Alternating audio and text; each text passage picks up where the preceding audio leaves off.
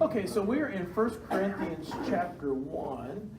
I think we got ready for verse 26. That's what I have in my head. Are we right? Is that right, Curtis? Curtis says that's where we are. So if I ever get lost, all I have to do is ask Curtis because he makes marks.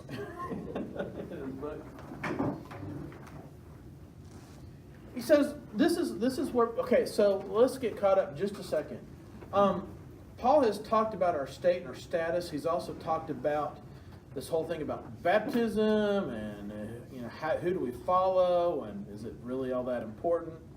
I'm on the side that it is important, but who we follow probably isn't. We also took a look last week about how this whole thing as we communicate the gospel is not about us.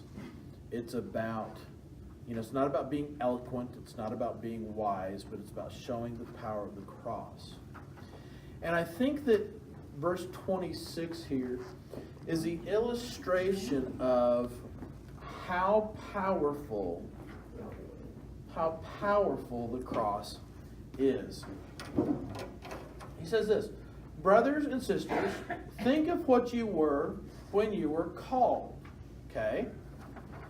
He says, not many of us, and here it is, not many of us. It says not many of you. I meant not many of you. Okay. He isn't including himself in this. I'm including myself in this list because you're probably included in this list too. He says what? Not many of you were wise. Yeah.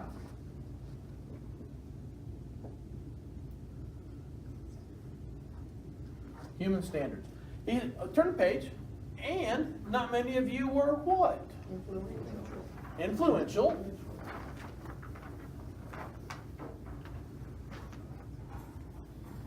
And not many of you were of noble birth.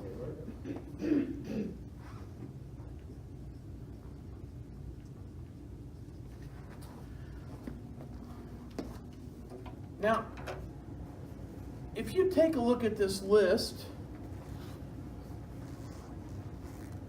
how would we okay, so not many of you were wise according to human standards, not many influential, not many of noble birth. Okay? What kind of person do you think Paul is describing then? Just an ordinary person.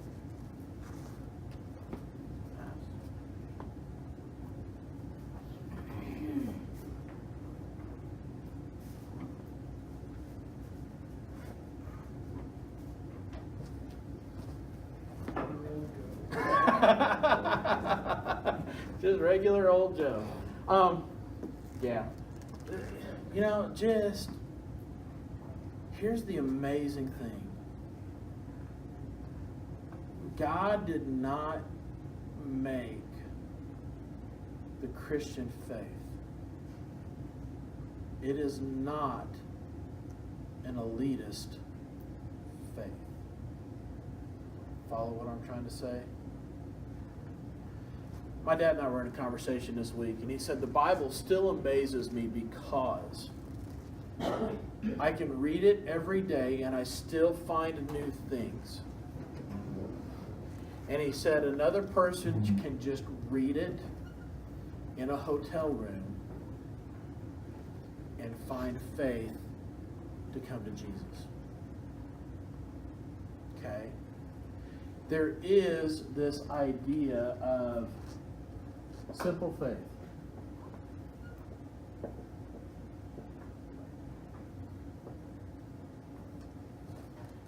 And in this part here, Paul starts off here at the end of chapter 1 with this idea of simple faith. There are things that I'm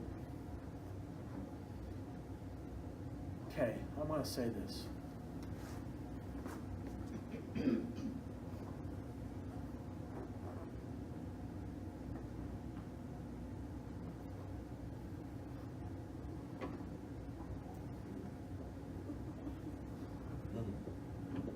That's me. That's about as good as I can do.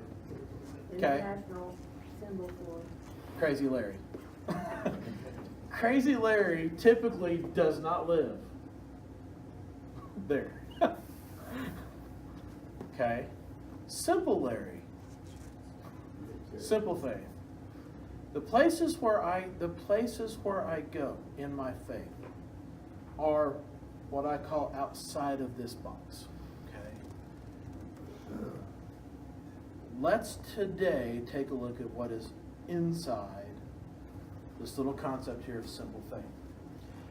Simple faith is the idea here in verse 27. Okay? God chose what? The foolish things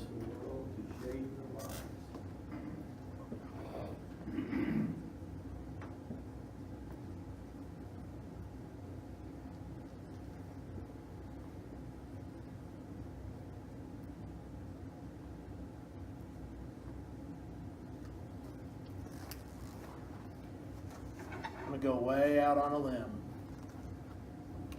When was the last time you told anybody shame on you? Yesterday.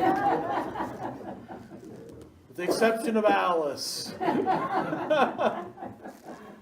Okay? Because this really has to do with, I think, where our culture is. Notice this word does not show up in our culture. This concept of shame does not show up in our culture. Monday morning, came into the office checking out the news. I check news typically on Mondays and Thursdays. That's about all the news that I want. Okay? And here's what happened.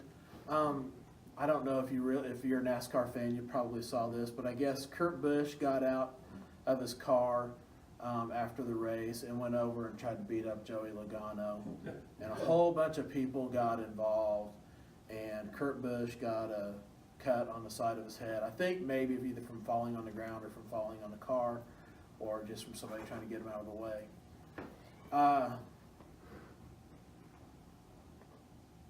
Nobody says shame for your behavior anymore. The older people do. The older people do. The younger people video it with their phones and post it. Yeah. Am I wrong? Am I wrong? See, because this is... Follow me out here. Follow me out here.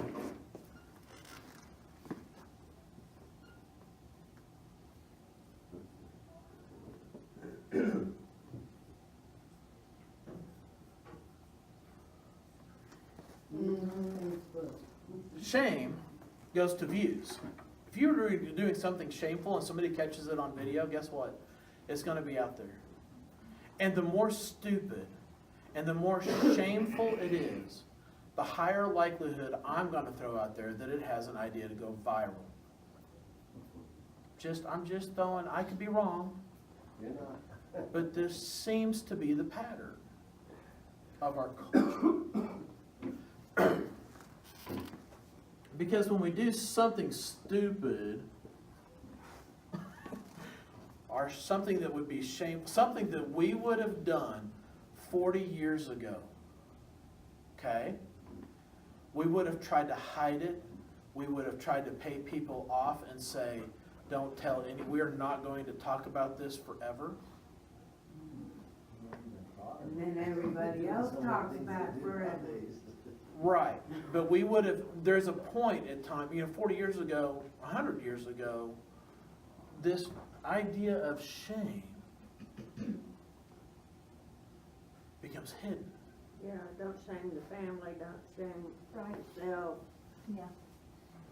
I'm not hearing at funerals when I visit with families things that I heard 30 years ago. And that was when Dad passed away. He always taught us, make sure that we lived up to our name. I'm not hearing that with families in the last 20 years. Okay? I'm just not hearing that with our families. There is no, yeah, the idea is that, There is, but you know what I'm saying. yeah, there is no shame anymore. All it is that we are getting better, I think, at hiding it. Or exploiting it. Or exploiting it. Very much so. Very much so. We're either getting better at hiding it or we're getting better at exploiting it. The thing is, there's too many people today that should be feeling shame. That Yeah. I've felt that about a lot of people lately. They should be feeling shame Yeah. for their actions. Yeah. Well, maybe we just kept it repressed 30 years ago. Maybe we shouldn't have been doing Yeah, that. we were taught a lot of oppression. You know, we were taught to cover things up, not talk about we might have been the misled. things that should have been talked about too. You know, This is an interesting part that I didn't expect this place to go. I'm going to hold on to your thought there. I want Robert to explain his. Well, just because people were that way 30 years ago, doesn't mean they were right or more correct or more right than they are today. It was just the way it was 34 years ago, and today it's not that way, and who's to say which is right or which is wrong? Back then, you didn't want to shame family. that's right. Does appearance have something to do with this? Yes. Yeah, it does. You know, there was a point where we kept up appearances. Mm-hmm. Okay? The idea of it is, yes, our life is breaking apart, but we keep up appearances. That still happens. It does still happen. It does still happen. The difference, though, of it is that we don't ever find our healing if we live in this keeping up the appearance kind of world. The only way, how do I say this? The only way we get fixed is sometimes just by talking about our difficulties. Now then, just because we talk about them doesn't mean that they're fixed. Well, we can talk about our brokenness. That doesn't mean that it's fixed. But when we no longer hide our brokenness, we have a chance to get it fixed. I think verse 27, in trying to understand how our culture operates with shame, okay, is in this way. He says, God chose the foolish things of the world to shame the wise. Now, I'm going to take this idea here, and we're going to attach it back to wise by human standards. Okay?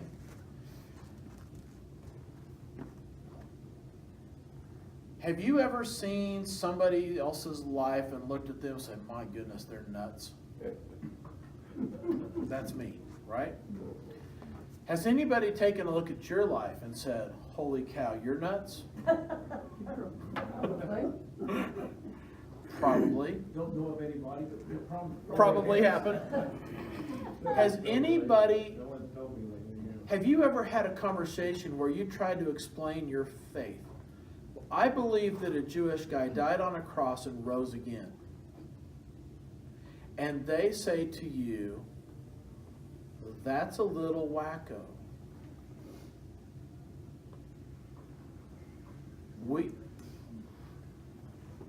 It happens. I can see the younger generation definitely not buying in on that Okay. concept at all. I'm going to throw this idea out. This is an idea that was presented to me a number of years ago.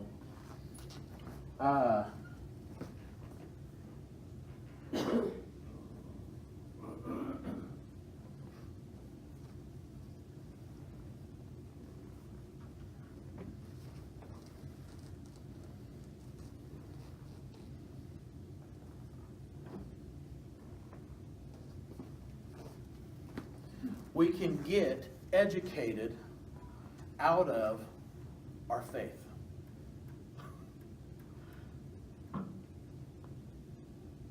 Try to talk to somebody. Oh, hey, you know what? God did it in 7 days. You're crazy.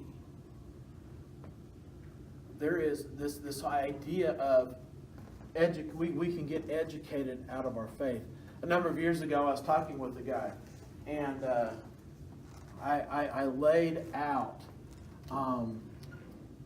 these verses at the top: Genesis 1:1, Genesis 15, Habakkuk 2:4. John 3:16, Hebrews 11, and Revelation 21. And I laid that out in about a 5-page paper. And he said he said to me, he said, "This is quite the paper. You need more education." As if to say, if you're believing this nonsense, you need to know more about what you're believing. And my thought came to is that this is where I'm at. And I don't anticipate going anywhere anytime soon. I've seen it. I've seen it happen. Kids get educated out of their faith. Our world gets educated out of our faith. They say, oh, you can't trust the Bible because that's not how we got here. And it's been translated and retranslated and... Yeah, Okay, so you've heard the arguments, right? Yeah. Because there are all of these things. Notice what we still have. We still have an empty box where simple faith is. Beliefs. Yeah. So let's try to fill in now this box here. God chose the weak things of this world to shame the strong. He chose the lowly things of this world and the despised things. This is a strange phrase. The things that are the things that are not, to nullify the things that are, so that no one may boast for him. It is because of him you are what? In Christ Jesus. Okay? It is because of God that you are in Christ Jesus, who has become for us wisdom from God. So Jesus is the wisdom for God. Follow that sentence here if we're kind of diagramming it without diagramming it. Jesus also has become our righteousness, our holiness, our redemption. Therefore let him who boasts, boast in the Lord.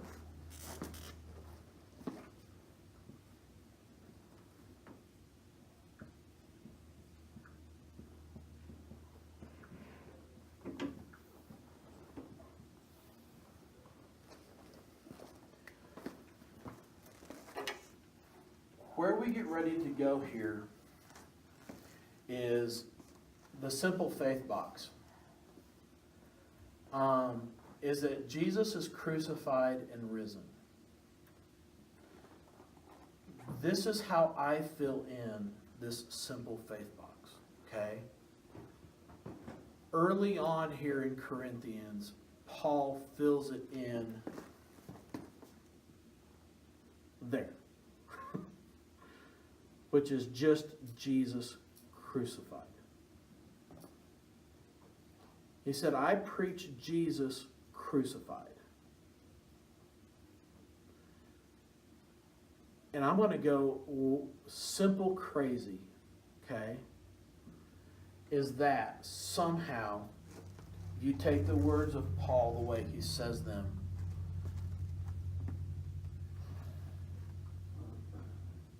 Jesus crucified is enough to start your faith.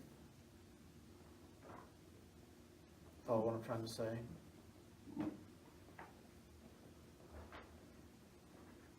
I think the next step is Jesus rising again, is the idea of the resurrection. Somehow, all of this worldly wisdom, somehow all of God's foolishness, and God's foolishness, which is greater than his wisdom, is this. You know what saves man? the Son of God getting killed on a cross. As simple of faith as we can boil it down, I think, in 1 Corinthians, is the very simple thing is that Jesus was crucified. Now, the reason I have to add risen is a personal thing for me. I had a man a number of years ago, he and I were in a discussion about this. And he said it this way. He said, Larry, I have no problem with Paul preaching Jesus crucified. I have no problem with that. It happened. It's in the Gospels. But my Jesus didn't stay on the cross. And my Jesus didn't stay in a grave. My Jesus got up and walked again. And that little interchange stuck with me.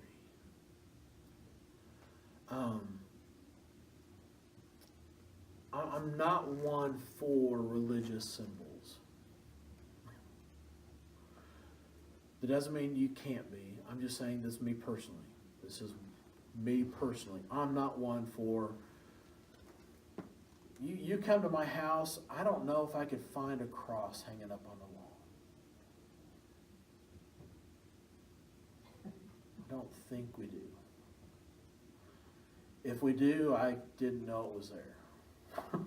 Okay.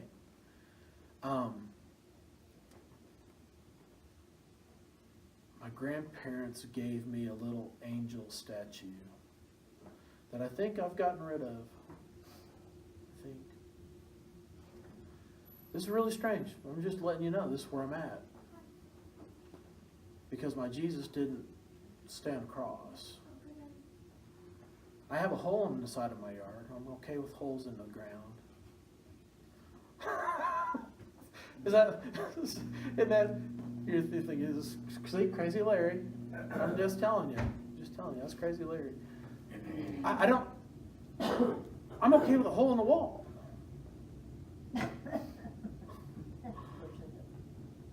Because the grave's empty. That's just... The cross is empty too. Yeah. But like I shared last week and this week, I'm a little crazy with it. That's just me personally. I don't care how anybody else is. I'm just saying this is where I'm at. Okay? Because it's not the cross, it's Jesus crucified. And if he was crucified, I in my head and I in my heart had this baggage that I've been trained with to add, and it is risen, and he was risen. Okay? But Paul makes it pretty clear here. We'll talk about this maybe by the end of the day, about this idea of Jesus crucified. The reason this is so, okay? Have you ever met somebody, yeah, go ahead, yes. If you stop at Jesus crucified,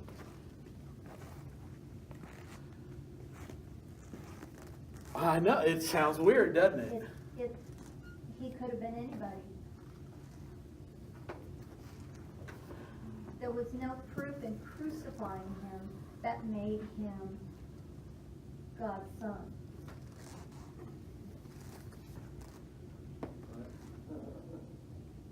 He knew that he was going to the cross. He knew that he was going to the cross. He asked, if it would be his will, don't let me go. Don't let me go. And that wisdom of God saying, Jesus, you're going. Yeah, he could have done a lot of things to keep him. Seems foolish to He could have us. left down. Yeah. I mean, he could have. Yeah, go, To you're, me, if he's just crucified, so were a lot of other people crucified. right. If he hadn't risen, I mean, they sealed the tomb, they did everything they could to ensure he couldn't. Right, right. See, that's where I lean. That's why I think the resurrection is a part of this. That's me personally. Yeah, the resurrection to us is a part of the crucifixion. Yeah. Otherwise, he died on the cross. And that's- It's done. Right. But here's let me try to explain this a little bit. The resurrection, if it is a statement of faith, Okay? I'm not saying that's a statement of faith, I'm saying if it is a statement of faith. We weren't there. We are taking this based on evidence that other people saw. We are taking this on faith. Taking all of it on faith, really, Yeah. we weren't there for any of it. And so, this strange concept is what is strange and what is people what people get hung up on. Okay.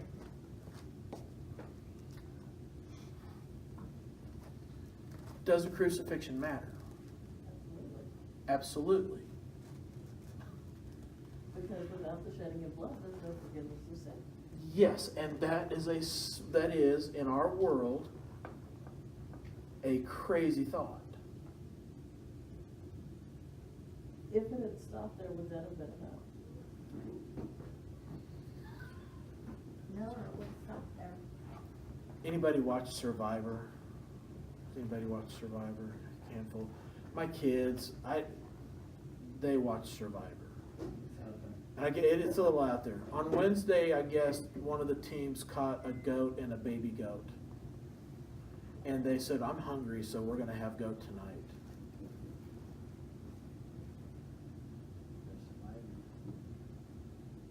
Go figure. And they let the goat and the baby goat go. I think primarily, I can't prove it, ratings would have gone crazy. Just saying. That would have been a weird thing. But we don't like the idea of shedding blood. And we don't like the idea of shedding innocent blood. We're okay at the end of movies when the bad guy gets it. We are not okay at the end of the movies when the good guy gets it.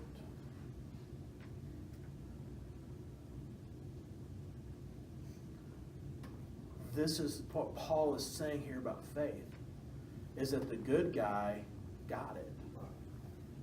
And that's hard for us, because this is the concept, and it's there for this reason. Verse 31. What does verse 31 say? Therefore, as it is written, let the one who boasts boast in the Lord. Right.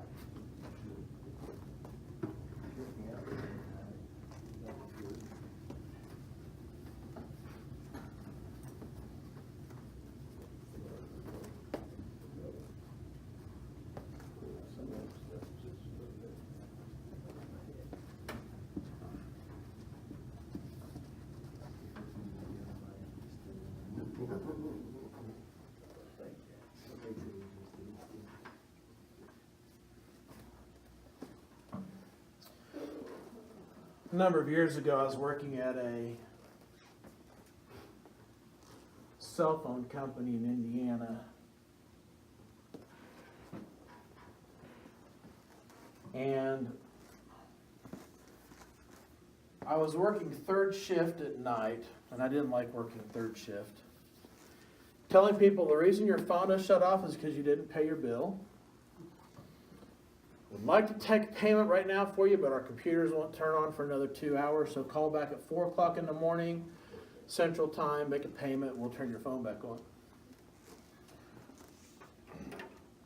The fact that they were up at 2 o'clock and noticed that their phone was off, I never quite got. How could they call if the phone was off? Because you can always call into the company to get the, we want their money. You're not the only one that wants stuff. Yeah. And so we want their money, they want their phone. It's a mutually acceptable arrangement. One of the things about Centennial at the time is that after you were there for 90 days, you could start applying for other jobs in the company. So the first part of my shift, I'd go in, as I'm getting all my stuff situated, I'd take a look at the board posts and say, okay, there's this this job opening, that job opening, and because third shift, you had some downtime for 2 hours, I put my little resume together. What are some things that you put on a resume? Work experience, okay?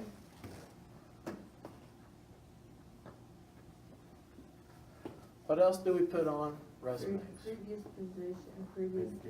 Yep, education, previous positions, skills, right? Expected compensation.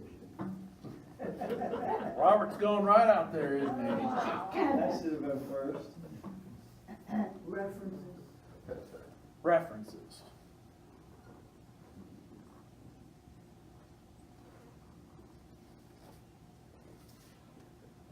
I filled out my little application, attached my little resume, off it went. Thank you, Larry, for your interest, but that's a no. Dave wasn't enough. A couple days later, another one came up. That's a no. Another couple days later, that's a no. Three strikes, you're out. You're more valuable to the company in your current position than another. Oh, yeah. There you go. We like you where you're at. But looking back, I'm glad I stayed where I did. Yep. Larry, you're out. Long time ago.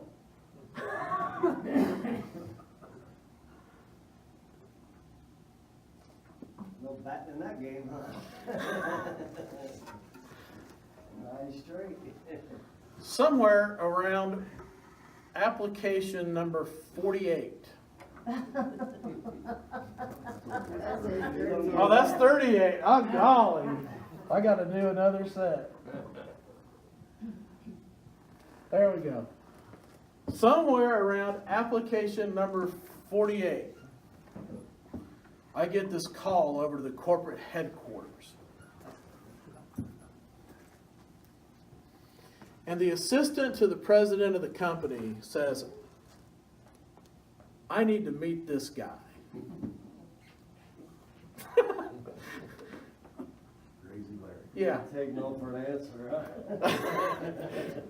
She called me in, and I'm sitting down with her, and she says, you know, I've looked at what you're doing. You've been there for 1.5 years. You have, to date, 48 applications for other spots in the company. So when I saw this show up on one of my reports, apparently she got a report of who all's been trying to do something different. She said, I pulled up your resume. And she said, Larry, it needs help.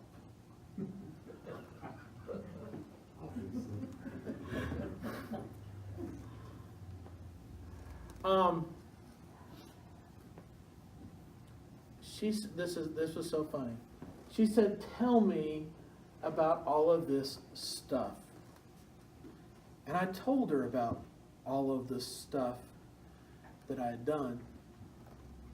And she said, okay.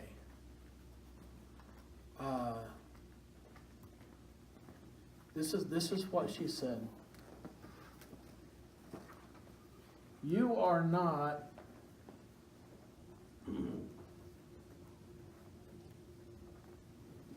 selling yourself. You have a lot of accomplishments, you have a lot of great experience, you have a lot of great education, but you're not selling yourself. 38 times, 48 days, that should be enough. And she said, this is going to sound really strange. She said, in all reality, you're too humble on your resume. And I'm just thinking, well, that's... It was a phone company, was it not? It was a phone company. It was a phone company. Doctor's office?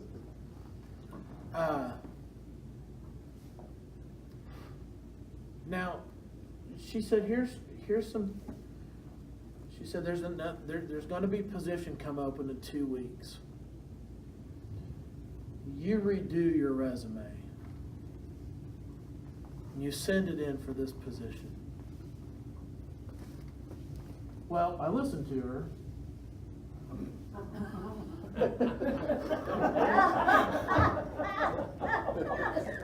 Oh dear. No break. That's bad. You're still on third shift? Yeah, still on third shift. Get a 7 o'clock appointment with the person that's hiring me. That position came up, and apparently I was applying for like everything in the next 2 weeks during that time as well. This wasn't PTCI, was it? No, it wasn't. And so I got to application number 53. Interview number about 6. I'd had some interviews up in this spot, but just some technical experience and some things like that. It's really hard to prove your technical experience when all you've done is ministry. Soldering important. I can solder, I can build stuff, I can do lots of things. But anyway, Fill out resume. I can fill out resumes, man, by golly. No. Somewhere around number 53, I get this interview. I go in for the interview, and 2 days later, I get a thank you for your application, but we are continuing to look. Do you ever think about moving on? Yeah, well, it happened. The interesting thing about this is that my boss heard about it, her boss heard about it, her boss heard about it. That you went to the assistant of the company or I whatever? mean, this was 3 levels above me up here that heard about this decline. The lady who told me to apply for this heard about the decline. And the lady who interviewed me got several emails. And I got an interview 2 days later. For the Said- position that you. For this position. Yeah, for this Thank you, position. but we're still Yeah. continuing to. Yeah. Said she said this, apparently, her name was Janet. She said, apparently I was wrong in turning you down for this. I've been told. I said, well, can I ask a couple of reasons, just what was your thoughts on this? She said, sure. You have 52 other applications within the company. Yeah. I just didn't think you were going to stay there very long. I was on third shift, I wanted to get off third shift. Yeah. That was my motivation. Yeah. Actually, I got on first Oh. shift somewhere around here. Because I got to pick my hours. And it's like, you don't get to pick your hours around here unless you've got seniority. And it's like, Larry, you've got the most seniority in the place because I guess everybody quit. After 1 year. Yeah. Yeah, they all quit. Yeah, quit. And I said, well, you can take a look at it at 53 applications and saying that I want to do something else. Or you can take a look at it as just somebody that I'm very determined. And that changed the You attitude. were selling yourself. Yeah, I was selling, yeah. Now here's this They thing. didn't like each other. Yeah. The reason I share this story is this, okay? How do we boast? How do we boast? Because a resume, by its very nature, is us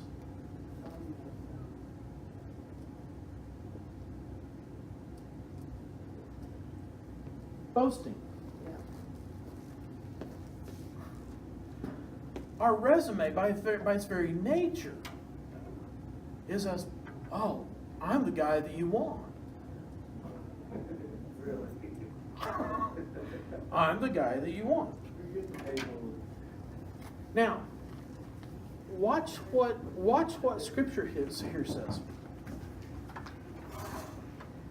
Let the one who boasts, boast in the Lord. This is really a tie-in to verse 30. This is God's wisdom, Jesus Christ. Jesus does this, okay? Righteousness.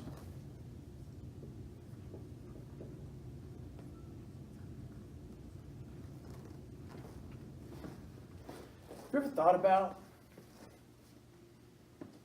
your righteousness? On a scale of 1 to 10, where is your righteousness? By yourself. Zero. Zero? By yourself. Anybody want to shoot for 1?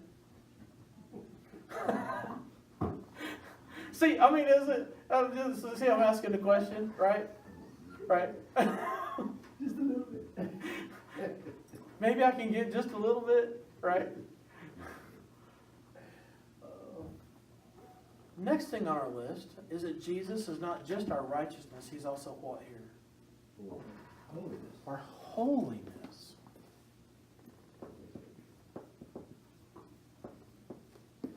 Scale of 1 to 10?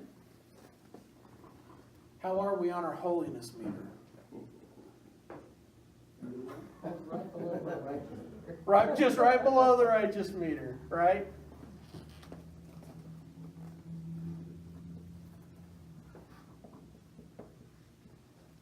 Redemption? What can you do to redeem yourself to God? We can't. We can't. See, the things that matter to God is not about all this stuff on this side. The things that matter, this is going to be our state.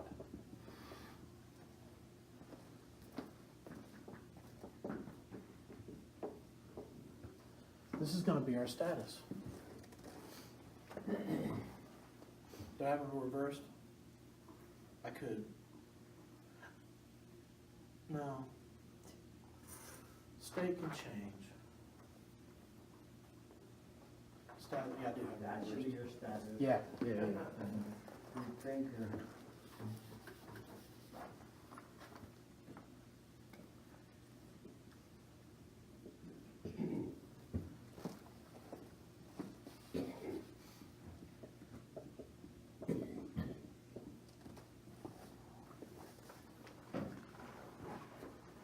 This is why I think Paul's okay with just this. Is it because Christ crucified purchases us by his blood? Without the shedding of blood, there is no forgiveness of sin. Without the shedding of blood, we can't be redeemed. If we've been redeemed, we are also then holy. We are set apart by God to do things that only He has designed us to do. And because we are holy, we have to be righteous to be able to be in relationship with God. And our righteousness can't do it by ourselves. The only way we get to be righteous is through our faith. Through our simple faith that Jesus was crucified. Now then, here's how Paul lines this up. If our scale here, on a scale of 1 to 10, and somehow we are in the zeros, guess what you and I can't brag about? Anybody want to stand up today and brag about how righteous you were this week? Nobody? Not even, no?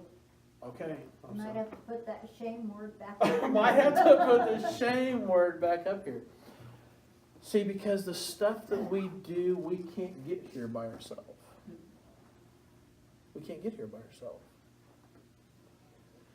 This is why this statement here is so important, verse 31. Therefore, let him who boasts, boast in the Lord. See, we can have our list of all of this stuff over here. And in the grand scheme of things, okay,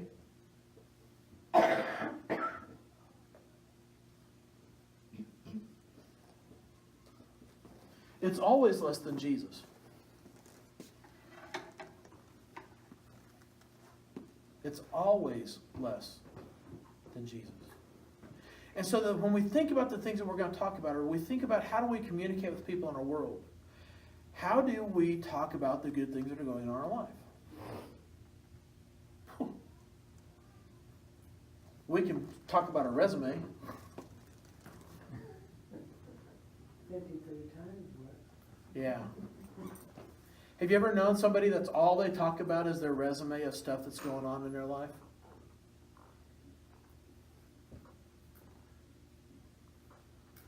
Have you ever been around a person that all they talk about is what God is doing in their life? And which of the two would you rather be around? It's a good question. See, because we think somehow we should shy away from this. And Paul says you want to avoid the shame, you embrace this. See, I would even go one step further and to say that this is our shame and this is God's glory. And what's in between is the cross that Jesus somehow crucified gets us from over there to over here. Did I lay that out okay? Does that make sense? Because when we start living on this side of the equation, Paul's going to start building on this. Watch this. And so it was, verse 1, 1 Corinthians 2. And so it was with me, brothers and sisters. When I came to you, I did not come with eloquence or human wisdom, as I proclaimed to you the testimony of God. For I resolved to know nothing while I was with you except this. What? Jesus Christ and Him crucified. What Paul is doing here in 1 Corinthians is giving us a pretty good picture. Paul has a whole lot of stuff on his resume. And his resume didn't matter. He's going to boast over here. The only way he gets to boast over here is because this is all he wants to know. Is Jesus Christ and Him crucified. He says, I came to you how? With weakness. And what else? Great fear and trembling. Great fear and trembling.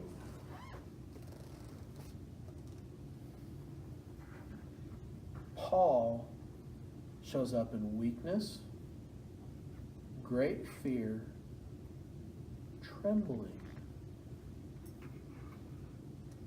You ever experienced that?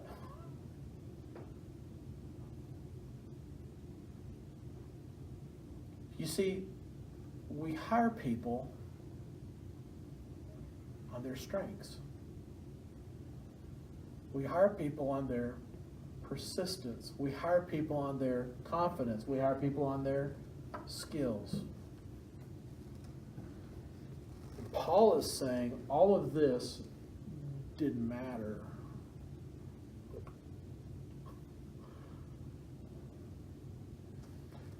I can't prove this.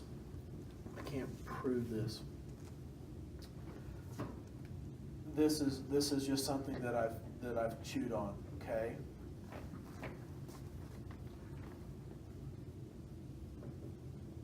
I can't prove that these things line up, but they seem to.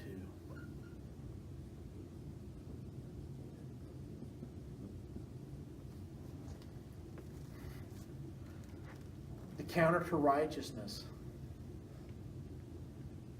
is admitting our weakness. We can't do it. The counter to holiness is being afraid of a God who does what he does to those who are not holy. And the idea that God would send his Son to shed his blood on a cross for you and I.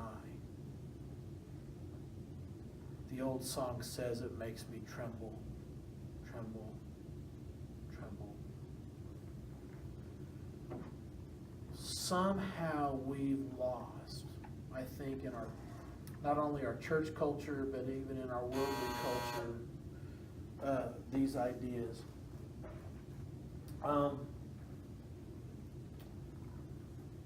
Sounds like this is the place to pause.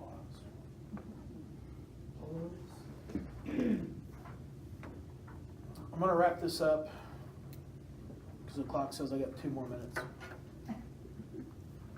Verse 5, okay? He didn't come with persuasive words. He didn't come with this. He came with a demonstration of the Spirit's power so that your faith may not rest on human wisdom, but on God's power. One of the things, if I would like to challenge you to do is to take your little book home, find a highlighter, okay? Pick a highlight color for the word power.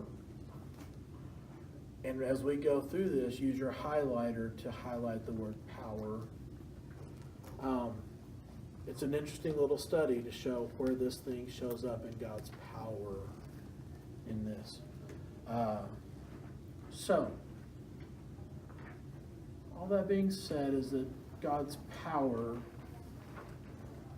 is really, I think, demonstrated right here. Let me pray.